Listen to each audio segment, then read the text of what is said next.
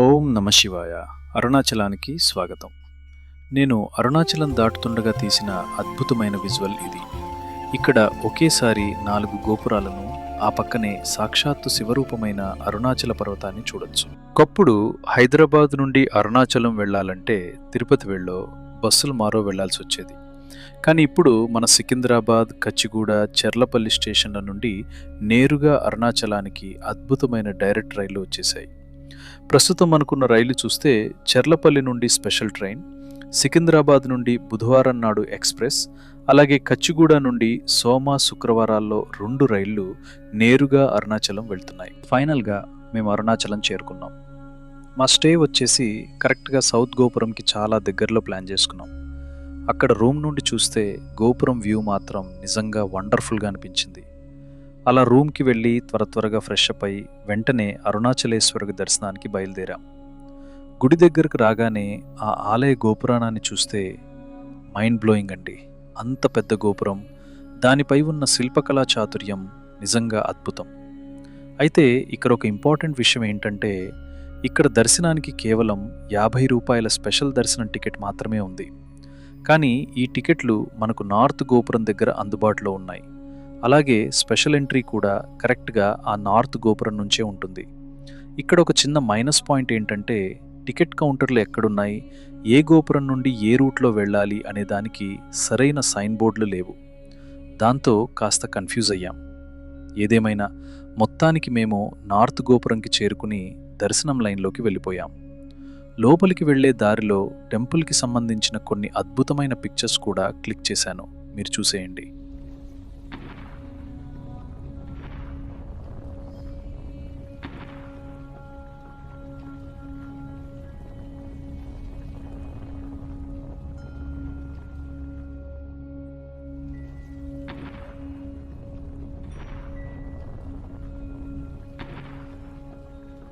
ఇప్పుడు మనం main గర్భాలయ entrance దగ్గరకు వచ్చేసాం.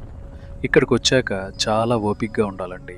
ఎందుకంటే వేర్వేరు వైపుల నుండి వచ్చే 4 లైన్లు ఇక్కడే కలిసిపోతాయి.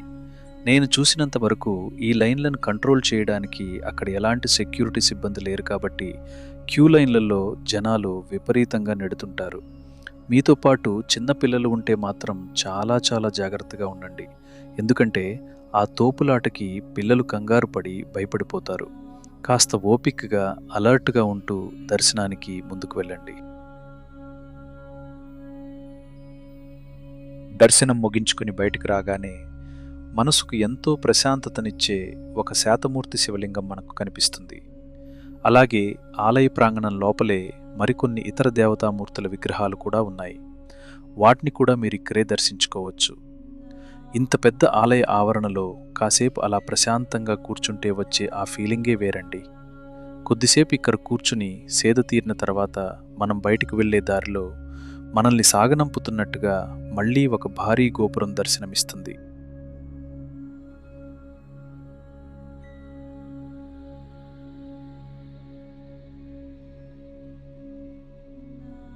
ఇక సాయంత్రం వేళ మా ఫ్యామిలీతో కలిసి మేము మళ్ళీ రాజగోపురం దగ్గరకు చేరుకున్నాం.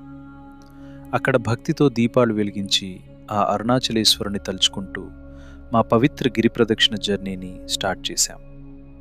ఈ ప్రదక్షిణ దారి పొడవునా ఉండే అష్టలింగాలైన ఇంద్రలింగం, అగ్నిలింగం, యమలింగం, నిరుతిలింగం, వరుణలింగం, వాయులింగం, కుబేరలింగం మరియు ఈశాన్యలింగం, ఇలా ఎంతో మహిమాన్వితమైన 8 లింగాలన్నింటినీ భక్తి శ్రద్ధలతో దర్శించుకుంటూ ముందుకు సాగాం.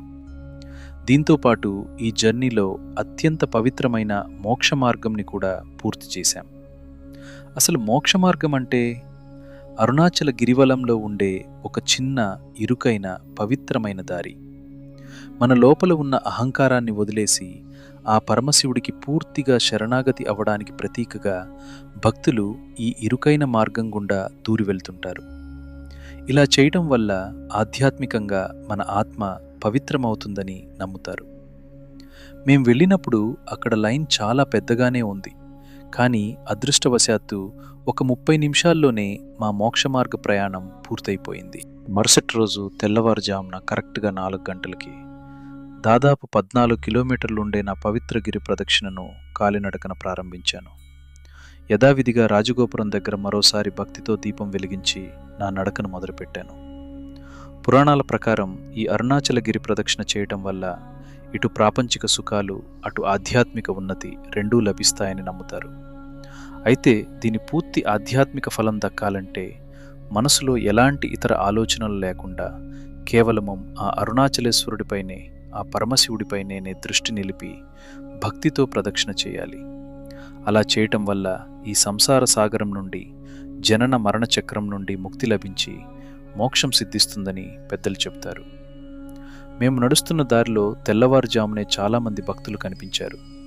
వయసుతో సంబంధం లేకుండా ఎంతోమంది వృద్ధులు, చిన్నపిల్లలు కూడా మనతో పాటే ఎంతో భక్తితో నడవటం చూస్తే అద్భుతంగా అనిపించింది. నేను కూడా మనసులో ఓం నమః శివాయ అనుకుంటూ నా నడకను కొనసాగించాను. ఇక దారి విషయానికి వస్తే భక్తులకు ఎలాంటి ఇబ్బంది లేకుండా రోడ్డు పక్కన చాలా చిన్న చిన్న షాపులు తెరిచి ఉన్నాయి. అక్కడ మనకు పండ్లు, వాటర్ బాటిల్స్, జ్యూస్లు అందుబాటులో ఉంటాయి. అలాగే మధ్య మధ్యలో టాయిలెట్ సదుపాయం కూడా ఉంది. వీటన్నిటితో పాటు దారి పొడవునా మనం వెళ్లాల్సిన రూట్ ఏంటి, అష్టలింగాల మ్యాప్స్, మరియు మనం ఎంత దూరం నడిచాం, ఇంకా ఎంత దూరం నడవాలో తెలిపే సైన్ బోర్డులు చాలా స్పష్టంగా ఏర్పాటు చేశారు. గిరి ప్రదక్షిణ చేసేటప్పుడు ఒక ముఖ్యమైన విషయం గుర్తుపెట్టుకోండి. మీతో పాటు కొద్దిగా చేంజ్ ఉంచుకోవడం చాలా మంచిది. ఎందుకంటే దారి పొడవునా మనకు ఎంతోమంది సాధువులు కనిపిస్తారు. వారికి మనం కాస్త సహాయం చేయవచ్చు. ఇక అరుణాచల క్షేత్ర పురాణానికి వస్తే ఒకసారి పార్వతీదేవి సరదాగా పరమశివుడి కళ్ళను తన చేతులతో మూసేస్తుంది. దాంతో విశ్వమంతా ఒక్కసారిగా చీకటిమయమైపోతుంది. అప్పుడు శివుడు తన మూడో కన్ను, నేత్రాన్ని తెరిచి మళ్ళీ ఈ సృష్టికి వెలుగును ప్రసాదిస్తాడు.